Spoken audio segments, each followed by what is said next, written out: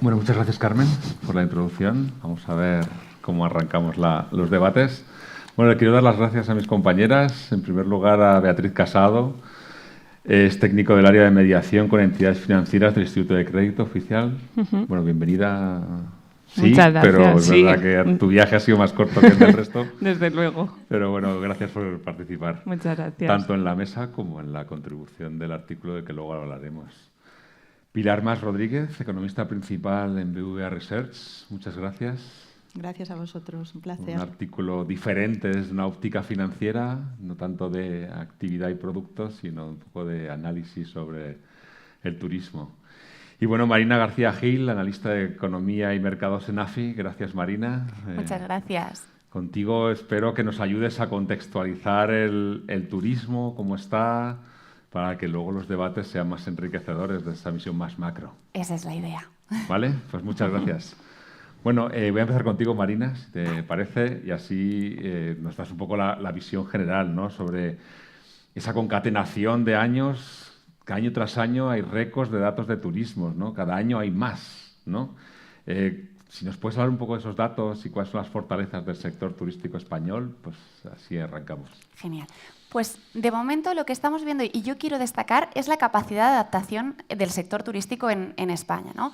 Como bien dice Ricardo, venimos de unos años récord, o sea, venimos de 94 millones en 2024, cerca de 97 millones de visitantes en 2025. Seguimos viendo que vaya creciendo, pero creciendo un poco menos. Y creo que quedarnos ahora mismo solamente con esa idea del número de viajeros se nos queda corto, porque tenemos otras cosas que constituyen ahora mismo las principales fortalezas del sector, ¿no? Por un lado, históricamente, cuando hablábamos del turismo en España, siempre hemos pensado en turismo de sol y playa. Y es verdad que somos una potencia en ese aspecto, pero esto es algo que va cambiando. Y recientemente estamos viendo pues, cómo otro tipo de turismo va ganando peso y vamos viendo como el turismo cultural, gastronómico, de actividades en la naturaleza va ganando mayor peso. Y eso es una de las partes que creo que es muy importante. Y otra de las partes, ¿no?, vamos a destacar aquí como 3 apartados diferentes, sería, por otro lado, tenemos una menor estacionalidad, ¿no? Antes dependíamos muy en exclusiva de un par de meses del año, y los patrones que vamos viendo últimamente es que se van distribuyendo más esos flujos a lo largo del tiempo, cosa que también beneficia y genera menos tensiones. Y luego diría que la territorialidad, ¿no?, asociado a lo primero que acabamos de ver, estamos viendo cómo hay más territorios que se benefician, ¿no?, de ese turismo, y creo que eso es lo que nos está permitiendo ahora mismo tener un sector bastante más resistente a lo que viene.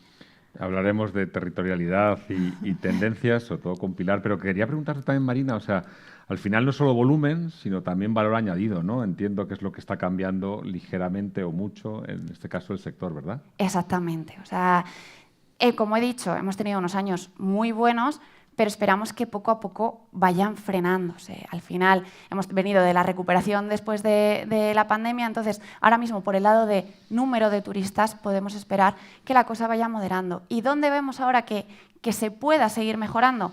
Precisamente en ese valor añadido, ¿no? Vamos con esa diversificación del tipo de turismo, de territorialidad o de estacionalidad, que tengas otro patrón de turista que viene con una mayor propensión a gastar y además con un tipo de consumo diferente, ¿no? Ya no es tanto ese pack completo de voy al hotel, no salgo de ese hotel, sino que es un crecimiento algo más extensivo y que llega a más partes de la sociedad. Vale, Beatriz, quería ir metiendo tu perfil en el debate. Genial. En este caso, vosotros os centráis mucho en un tamaño de empresa, autónomos y pymes, que son la mayoría en este ámbito económico y exclusivamente también en turismo, ¿no? ¿Tenéis identificadas, de alguna manera, problemáticas que tiene este sector para modernizarse, para ir avanzando en términos de sostenibilidad? Y en ese sentido, si las tenéis, ¿qué tipo de productos estáis ofreciendo? Pues gracias, Ricardo. Sí, efectivamente, más del 99% de empresas activas vinculadas al turismo se compone por pymes y autónomos. Y obviamente este tipo de empresas pues enfrentan mayores dificultades a la hora de querer invertir en sostenibilidad, sobre todo por las mayores barreras en el acceso a financiación. Y en este sentido, lo que nosotros ofrecemos desde Grupo ICO como Banco Nacional de Promoción es una oferta integral de financiación para impulsar pues, las necesidades de todo tipo de empresas y, por supuesto, las necesidades de sostenibilidad de pymes autónomos. Particularmente podría destacar, por supuesto, en primer lugar, nuestras líneas de mediación, que se fundamentan en esquema de colaboración público-privado, tienen una trayectoria ya de más de 30 años y, como digo, pues se fundamentan en este esquema de colaboración con las entidades financieras. Son súper flexibles, ya que permiten la financiación a empresas y autónomos de todos los tamaños y prácticamente todos los sectores de actividad y con unas condiciones muy competitivas. Luego también, actualmente, tenemos ICO-Crecimiento, que es un programa de financiación directa novedoso que va dirigido específicamente a pymes españolas con una antigüedad mínima de 4 años y que, pues, por su carácter más innovador, por querer invertir en activos intangibles o por su nivel de endeudamiento, enfrentan mayores dificultades a la hora de acceder a financiación a través de los esquemas tradicionales. Por lo que con este producto queremos un poco lidiar con este nicho de financiación desatendido y, como digo, pues este programa sí que forma parte de nuestros productos de financiación directa y en este caso la solicitud se hace 100% a través de nuestra página web online. Y bueno, por terminar también, para impulso de pymes sobre todo, tenemos también nuestra gestora de capital riesgo, Axis, que básicamente pues, invierte en fondos y en proyectos para impulsar el crecimiento empresarial a lo largo de todo el ciclo de vida de la inversión. Y cada vez más Axis está focalizando mucho su actividad en impulsar fondos que a la vez impulsan empresas que alinean este crecimiento económico con impacto social y medioambiental positivo. O sea, una amplia variedad de oportunidades en este sentido. Bueno, desde luego tenemos, como decía Marina, una situación del turismo muy extraordinaria, muy creciente, pero también tenemos, y quería entrar con Pilar ahora, una situación que no es coyuntural, que es más estructural, más vinculada al calentamiento global, que con esta salida de primavera que estamos teniendo casi es fácil de explicar, ¿no? Y ahí es tremendamente útil artículos o análisis como los que nos presentas en el cuaderno, ¿no? Tu investigación en concreto concluye que el principal efecto del cambio climático no será necesariamente una caída, sino una reasignación, que no sé si va por la línea que dice Marina o hay algo diferente. Quería que ahí te explayaras, Pilar. Sí, pues así es. Voy a enlazar con lo que ha comentado Marina, porque efectivamente nosotros en el artículo lo que hemos tratado es de responder a 2 preguntas. En primer lugar, ¿cuáles son los principales determinantes de la demanda turística en España y en particular teniendo en cuenta las condiciones no solamente económicas, históricas, culturales, sino también en términos de confort climático? Y luego, cómo va a cambiar o puede cambiar este escenario a lo largo del tiempo, a medio o largo plazo, en función de las perspectivas que se tiene en cuanto a en términos de calentamiento global. Entonces, lo que hemos visto es que, sin duda, el confort climático es uno de los principales determinantes de la demanda turística. Esto sabemos que en España no solamente la temperatura, sino que es una combinación de temperatura, de precipitaciones, de condiciones de humedad, etc. Es decir, que hay una serie de condiciones que es lo que ha hecho que España sea una potencia a nivel mundial y que además el modelo turístico esté muy centrado en sol y playa, como decía antes Marina, ¿no? Esto ha funcionado durante décadas y no queremos decir que no vaya a seguir funcionando. Ahora bien, lo que sí vemos cuando analizamos las perspectivas a medio y largo plazo y los cambios que se prevén fundamentalmente en términos de condiciones climáticas es que los fundamentos del modelo económico que tenemos en España vayan a cambiar. Y a eso nos referimos, ¿no? Cuando vemos a medio largo plazo diferentes escenarios, un escenario intermedio, cuál es un escenario de temperaturas, de incremento de temperaturas moderado, incrementos más extremos e incrementos más suaves. Y cuando vemos las diferentes situaciones en función de ese grado de calentamiento, lo que vemos es que en los escenarios más plausibles, más probables, el impacto agregado sobre la demanda turística en España es relativamente reducido. Estamos hablando de que en el escenario intermedio, que sería aquel en el que hacia finales de siglo respecto a los actuales años podríamos tener un incremento de temperatura en torno a 2 grados centígrados, entre 2 y 3, pues la reducción de la demanda a nivel agregado estaría en torno al 0,6%, según nuestras estimaciones. Y en un escenario más optimista, incluso en el 0,3%. Es cierto que cuando nos vamos al escenario más severo, donde hablamos de incrementos de temperatura que podrían estar entre 4 y 5 grados centígrados, el impacto agregado estimamos que puede llegar al 7%. Obviamente, estos son palabras mayores, pero la probabilidad o la factibilidad de ocurrencia de este escenario es prácticamente nula en este momento. Quiero decir, en cualquier caso, desde el punto de vista cuantitativo, entonces no debemos preocuparnos, pero sí vamos a ver, como decía, cambios en lo que es la reasignación, cambios en la reasignación de destinos, vamos a ver cambios en la estacionalidad. Ahora mismo está muy concentrado el verano, en los meses de verano, lo que es la principal masa, por así decirlo, de visitantes turísticos en España. Y ya estamos viendo algunas señales, ¿no? De el periodo vacacional se está extendiendo hacia algunos meses de primavera y otoño. Ya estamos viendo también incluso cambios en la reasignación de destinos turísticos. Vemos que ese confort climático que hasta ahora ha sido uno de los principales atractivos para elegir la costa mediterránea o las islas, ¿no? En el caso de España, pues ese tipo de atractivo está reduciéndose de una manera muy gradual, pero está reduciéndose en beneficio también en parte de otros destinos. Es decir, esto no es o ganas o pierdes, pero sí que hay una reasignación en ese sentido. El norte de España, zonas rurales. En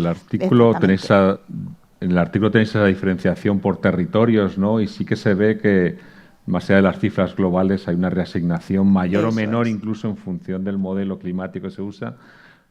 Creo recordar que no se entra tanto al tipo de modelo turístico de base, ¿no?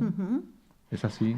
El artículo propiamente dicho analiza y tiene en consideración los distintos tipos de turismo, no solamente lo que es el turismo de sol y playa, sino que también se distingue, además distinguimos entre lo que es la costa mediterránea y la costa norte, la cornisa cantábrica, y luego también se hace distinción entre lo que es el turismo urbano y el turismo más rural de naturaleza y montaña. Esos son básicamente los... vemos en función de ese tipo de turismo, claro, la relación con el confort climático, la más fuerte, obviamente, se da en el turismo de playa, ¿vale? Claro. No solamente en el Mediterráneo, también en el norte, y luego el turismo urbano, pues como sabemos, bueno, es lógico, y como era de esperar, la relación que tiene con las condiciones climáticas es menor, ¿no? Porque al final tienes otro tipo de atractivo, como es pues atractivos históricos, atractivos culturales, etcétera. Es decir, cualquiera que visite, o un turista extranjero que visite España, pues aunque estemos a 40 o 45 grados en verano, si visita el verano, viene en verano, pues va a visitar determinadas ciudades, como puede ser Madrid o como puede ser Sevilla, ¿no? Con lo cual sí que tenemos esa distinción. Quizás también os invito a, si alguien está interesado en un análisis más detallado, tenemos en la web de BBVA el informe mucho más exhaustivo desde un punto de vista tanto económico como financiero y econométrico, y que se puede, pero sí hemos tenido en cuenta esta diferenciación.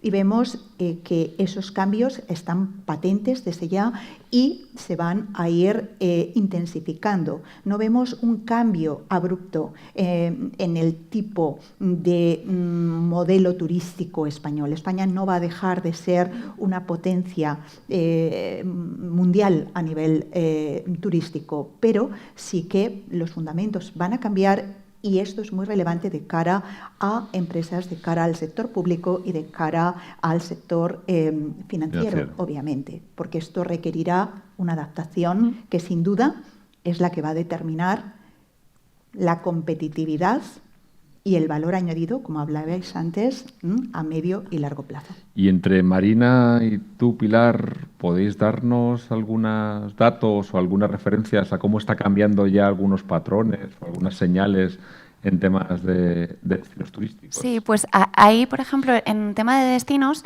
cuando analizamos si han recuperado la tendencia que veíamos antes de la pandemia en los diferentes territorios, hay territorios que todavía no lo han recuperado, y uno de ellos, por ejemplo, es Canarias, que Canarias es un tradicional.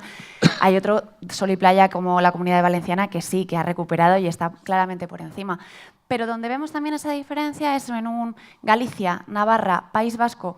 Son zonas que también están subiendo mucho, que están subiendo más, están prácticamente a esos niveles que vemos de Comunidad Valenciana, y que tradicionalmente, pues como hemos ido diciendo, no eran destinos quizá tan típicos. Y aquí yo creo que una de las cosas importantes es que tenemos que tener en cuenta que tenemos esa masa de turistas extranjeros, que obviamente son muy relevantes, pero también los propios cambios en turistas nacionales, el cómo se puedan ir moviendo las preferencias de los propios españoles, desplazándose más de esa costa mediterránea tradicional a lo mejor irnos más hacia el norte. Entonces yo creo que de momento donde lo podemos ir viendo más esos cambios, como digo, destinos y cierta menor estacionalidad. O sea, que ya hay algunos meses, como hemos ido comentando, de primavera, otoño, que van ganando más tracción. Totalmente de acuerdo con lo que dice Marina, ¿no? Se ve claramente en el norte de España, Asturias, Cantabria, cómo han ganado peso en lo que es el turismo total a nivel español, tanto nacional como extranjero.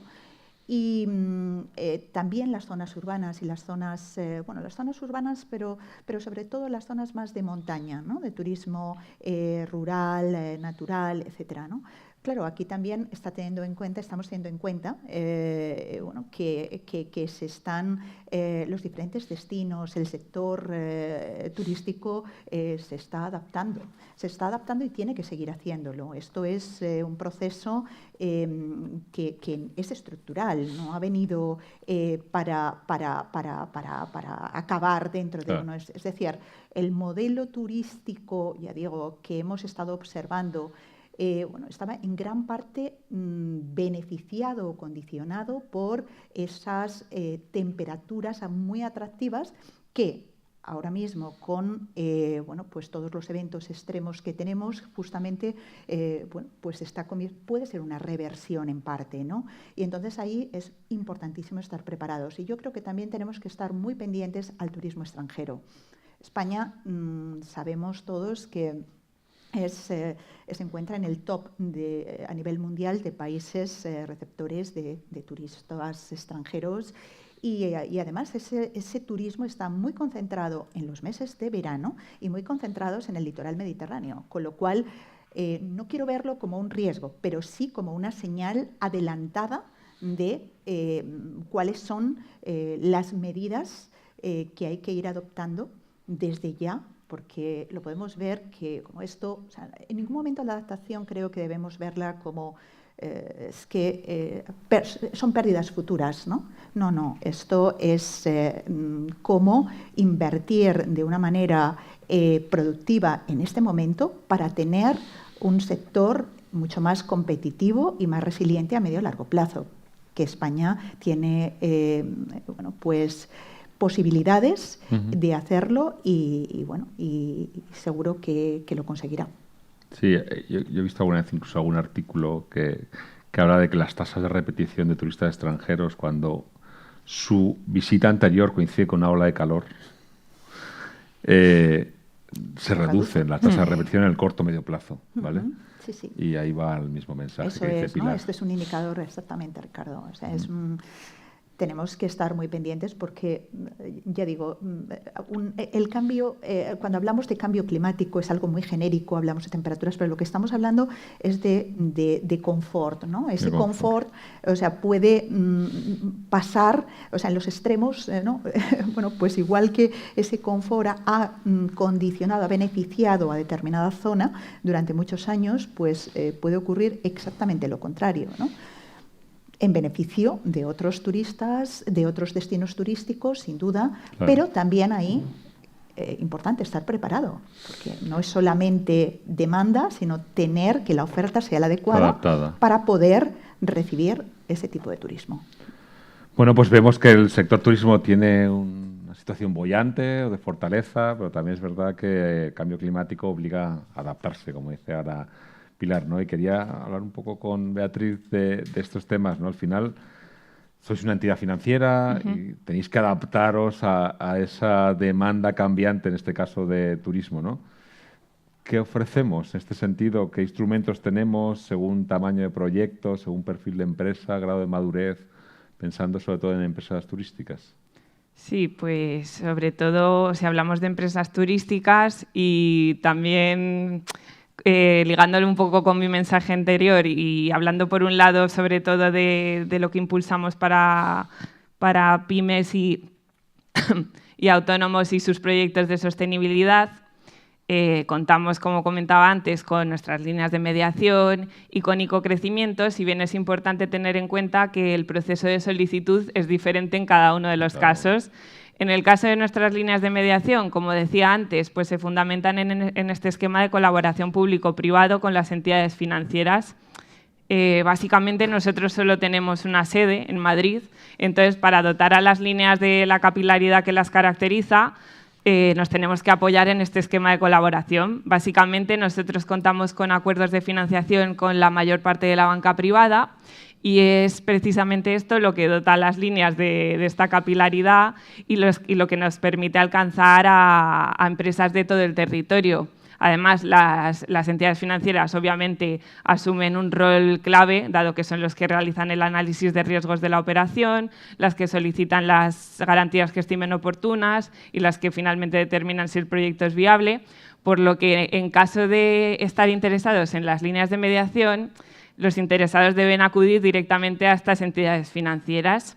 Luego, por otro lado, en relación a nuestros programas de financiación directa y también ligándolo un poco con mi mensaje anterior, hablando de icocrecimiento, es diferente. Es un programa de financiación directa donde nosotros asumimos riesgo directamente. Y específicamente este producto, una de las novedades que tiene es que es 100% online a través de nuestra página web. De hecho, el proceso de solicitud inicial es bastante sencillo, en el sentido de que solo hay que cumplimentar una breve solicitud, una memoria técnica y firmar una serie de declaraciones responsables, si bien luego durante el estudio de la operación se puede solicitar información adicional. Y bueno, esto también es importante tenerlo en cuenta, que si bien es un producto 100% digital, con unas condiciones también atractivas, también cuenta con un lado más humano, a través de los 21 asesores territoriales que hay desplegados por todo el territorio español y que básicamente pues, tienen un poco la función de asesorar a todo aquel interesado en solicitar financiación a través de este producto.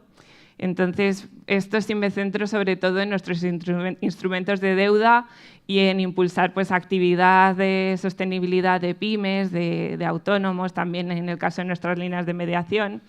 Y luego, por supuesto, pues también No podemos obviar la importancia de los grandes proyectos, de las grandes empresas, por supuesto. También contamos con programas de financiación directa específicos para impulsar este tipo de proyectos, que habitualmente son con un importe mínimo de 10 millones de euros en cofinanciación con el sector financiero privado. Y a través de estos programas de financiación directa, pues también tratamos de impulsar proyectos con interés español en materia de sostenibilidad, ofreciendo financiación senior con garantías a largo plazo y con modalidades que se tratan de adaptar lo máximo posible pues, a cada proyecto que se financia. ¿Y algún ejemplo de proyectos que veis, a lo mejor, nos puedes compartir? Sí. Bueno, a ver, si hablamos de proyectos y de el efecto transformador que pueden llegar a tener sobre el turismo y la sostenibilidad, es importante tener en cuenta que analizar el turismo obviamente es complejo, dado que es un sector muy transversal y multidimensional. Y, por ejemplo, en el caso de nuestras líneas de mediación, que son tan flexibles, nosotros financiamos a muchos tipos diferentes de empresas. Financiamos tanto a empresas con efectos más directos sobre el sector turístico, como pueden ser alojamientos o agencias de viajes y sí, restaurantes. De hecho, por ejemplo, en el artículo ponemos el ejemplo del Hotel Bosque Mar, a quien hemos impulsado pues, un modelo de gestión sostenible a través de nuestras líneas. Y también financiamos pues, empresas con una actividad con efectos más indirectos sobre este sector, como son proveedores tecnológicos, empresas de transporte o plataformas de marketing, por ejemplo. Y bueno, esos dos aspectos yo creo que son clave a la hora luego de analizar el tipo de proyectos y de operaciones que estamos financiando, por ejemplo, a través de nuestras líneas. Pero si me baso, por ejemplo, en nuestro cuestionario, en las respuestas de nuestro cuestionario de sostenibilidad, que básicamente a través de nuestras líneas de mediación nosotros tenemos un cuestionario de sostenibilidad que es muy sencillo, que es de obligado cumplimiento a todos los clientes que acceden a financiación a través de nuestras líneas psicogeneralistas.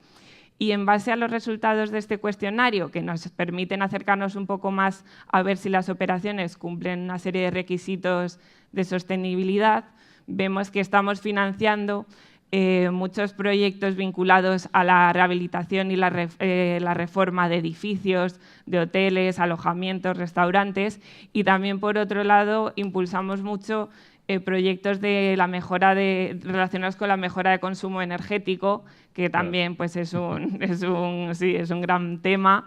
Por ejemplo, a través de proyectos de energía solar, de mejora de la eficiencia energética, pero también de gestión y de uso de los recursos hídricos y de proyectos de economía circular. Y este tipo de proyectos son cada vez más numerosos, entiendo, ¿no? O sea, no es solo un discurso y que hay algunos proyectos relacionados con estas tipologías, sino que cada vez el porcentaje es incluso mayor, puede ser, ¿no? Sí, sí, sí.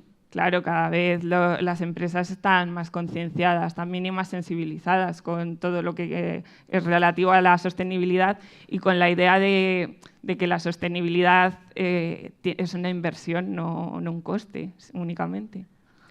Vale. Oye, en los distintos artículos que tenemos en el cuaderno se usan distintas terminologías relacionadas con turismo y sostenibilidad, desde turismo sostenible, responsable, regenerativo, en fin, hay varias, ¿no? Un glosario quizás nos vendría bien, pero quería preguntarte a ti, Marina, o sea, desde un punto de vista económico, ¿qué tenemos que empezar a considerar como éxito o en términos de sostenibilidad económica cuando hablamos de turismo? ¿Menos turistas y más gasto o más impacto? O sea, ¿cómo lo medimos? Yo creo que no se trata de decir menos turistas, Vale. efectivamente. Creo que es más ver cómo se genera ese valor y cómo se distribuye, Vale. ¿no? En el sentido de ver si ese valor que se está generando efectivamente está llegando a las poblaciones donde se ubica ese turismo, qué tipo de empleo se genera alrededor, que no sea solamente en determinados meses del año, sino que sea más un patrón extensivo, ¿no? Que además evite esas fricciones que pueda haber con la población residente, ya sea con temas de vivienda, de recursos, ¿no? Que creo que es algo fundamental, y que además sea sostenible, pues no solamente a nivel, ¿no?, de esa vivienda, sino del resto de recursos, ¿no?, de gestión del agua, de gestión de residuos. Entonces, creo que ahora mismo la forma de medir ese éxito en el sector turístico no sería minimizar esos turistas, sino ver hasta dónde se extiende esa capacidad de generar valor de una forma equilibrada y que no cause daño, ¿no?, a la población local, básicamente. Pilar, tú antes, cuando nos hablabas, incidías en la necesidad de adaptación climática, ¿no? Como que los distintos proveedores de servicios turísticos como que no se deberían resignar ante escenarios peores, ¿no? Entiendo que hay una ventaja para aquellos que se adapten y tienen una manera de hacerlo, o hasta ahí... No, claramente sí. La sostenibilidad va a formar parte y forma, diría ya, parte de lo que va a ser la competitividad. Perfecto, ¿no? De los diferentes pues agentes que van a formar parte, que van a interaccionar, ¿no?, y determinar el futuro del sector. Entonces, efectivamente, o sea, cuando decía Ana, yo me quedo con cuando preguntabas, pero se está viendo ya ese avance, ¿no?, en términos de inversión productiva, en gestión de recursos hídricos, en infraestructuras, en eficiencia energética. Va a ser clave. Al final, aquellas empresas, aquellos destinos que continúen en esta dirección serán sin duda los que puedan generar mayor valor añadido y los que realmente pues lideren, ¿no?, pues lo que es el turismo en España en los próximos años. Pero claro, también es cierto que esta inversión requiere de una financiación muy elevada, ¿no? Yo aquí totalmente de acuerdo con lo que dice Ana. Bueno, pues al final la colaboración público-privada va a ser fundamental. Esto no solamente es un tema del sector público. Aquí la financiación privada va a jugar también un papel fundamental. Y en este sentido, pues las entidades financieras, los bancos, bueno, pues tienen que ir de la mano y yo creo que es como catalizador. Los bancos pueden jugar un papel muy relevante y luego también, obviamente, pues para ayudar, ¿no?, en este proceso de adaptación y de inversión que efectivamente hay que verlo como una inversión productiva y no como una manera de hacer frente a un riesgo exclusivamente, ¿no? Y ahí, Pilar, entiendo que teniendo esta capacidad de conocimiento interna en BBVA, habiendo generado estos análisis, esto incide un poco en la actividad y financiación que da la entidad. No sé si nos puedes dar alguna referencia. Sin duda, BBVA tiene como una de las principales palancas en este momento, es y principales además a nivel horizontal, lo que es la sostenibilidad, pero no solo la financiación de la sostenibilidad, sino acompañar al cliente en el conocimiento, en el proceso, en esa transformación paulatina, ¿no?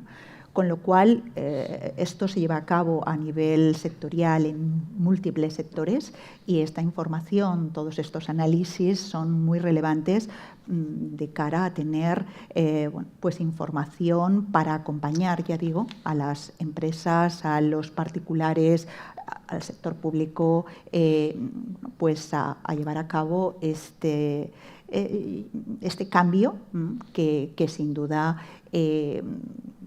estoy segura que seguirá de una manera, ya digo, muy gradual en los próximos años y que va a ser, bueno, que va a mantener a España ahí, ¿no?, en el top. Apostamos. Esperemos. Beatriz, nos decías antes sobre el cuestionario de sostenibilidad que tenéis, ¿no? O sea, al final entiendo que lo más relevante en la parte de financiación sigue siendo qué activos y qué actividades se financian, pero quisiera ver si nos puedes hablar sobre esos impactos territoriales que hablaban Pilar y Marina antes, o sociales y ambientales, y qué incidencia tiene sobre los productos.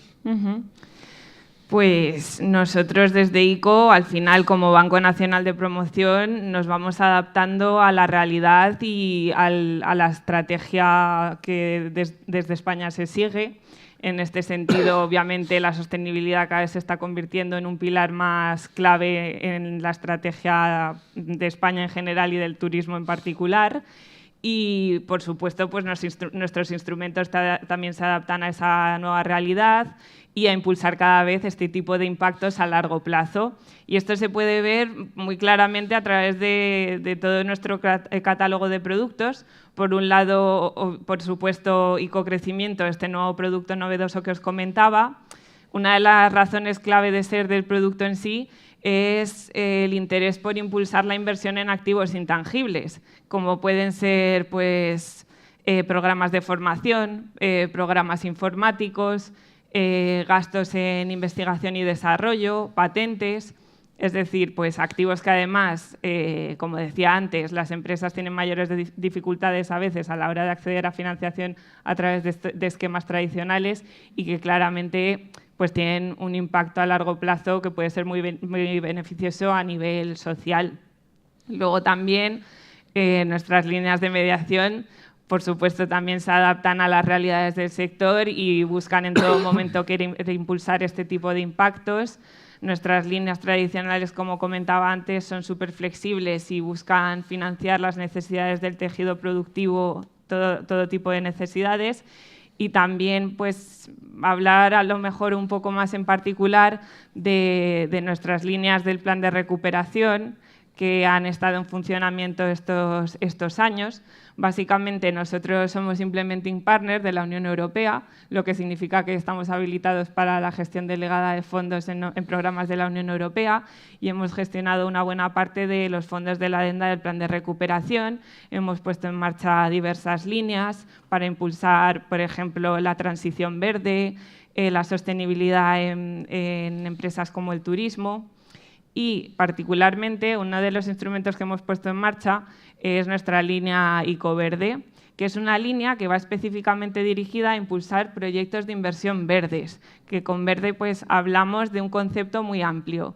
Es decir, no solo de proyectos de eficiencia energética, que también, sino también proyectos de energías renovables, de economía circular, de uso y de gestión de las aguas. Obviamente, pues también proyectos que tienen un impacto a largo plazo muy beneficioso y también, además, hemos intentado de ayudar en la identificación de este tipo de proyectos mediante la elaboración de una lista positiva que está disponible también en nuestra página web y que básicamente para todo aquel interesado, pues si busca en nuestra página web esta herramienta, básicamente introduciendo una serie de palabras clave del proyecto que está interesado en financiar, la plataforma le devuelve una serie de resultados, primero básicamente confirmándole si podría identificarse como un proyecto verde y también pues, con qué campo de contribución específico del reglamento podría identificarse, por lo que también pues, intentamos promover este tipo de proyectos de esta manera. Y bueno, por comentarte también por último, si bien es cierto que estas líneas del plan de recuperación ya están llegando a su fin, de hecho el fin de vigencia es el 31 de agosto de 2026, pues también ahora vamos a gestionar una gran parte del programa España Crece. Vamos a gestionar por ahora 13.300 millones de euros con el objetivo también de impulsar pues, este tipo de impactos a largo plazo, la transición verde, el impulso de sectores clave como el turismo, bueno, y aparte de otros temas también fundamentales como la vivienda. Exacto.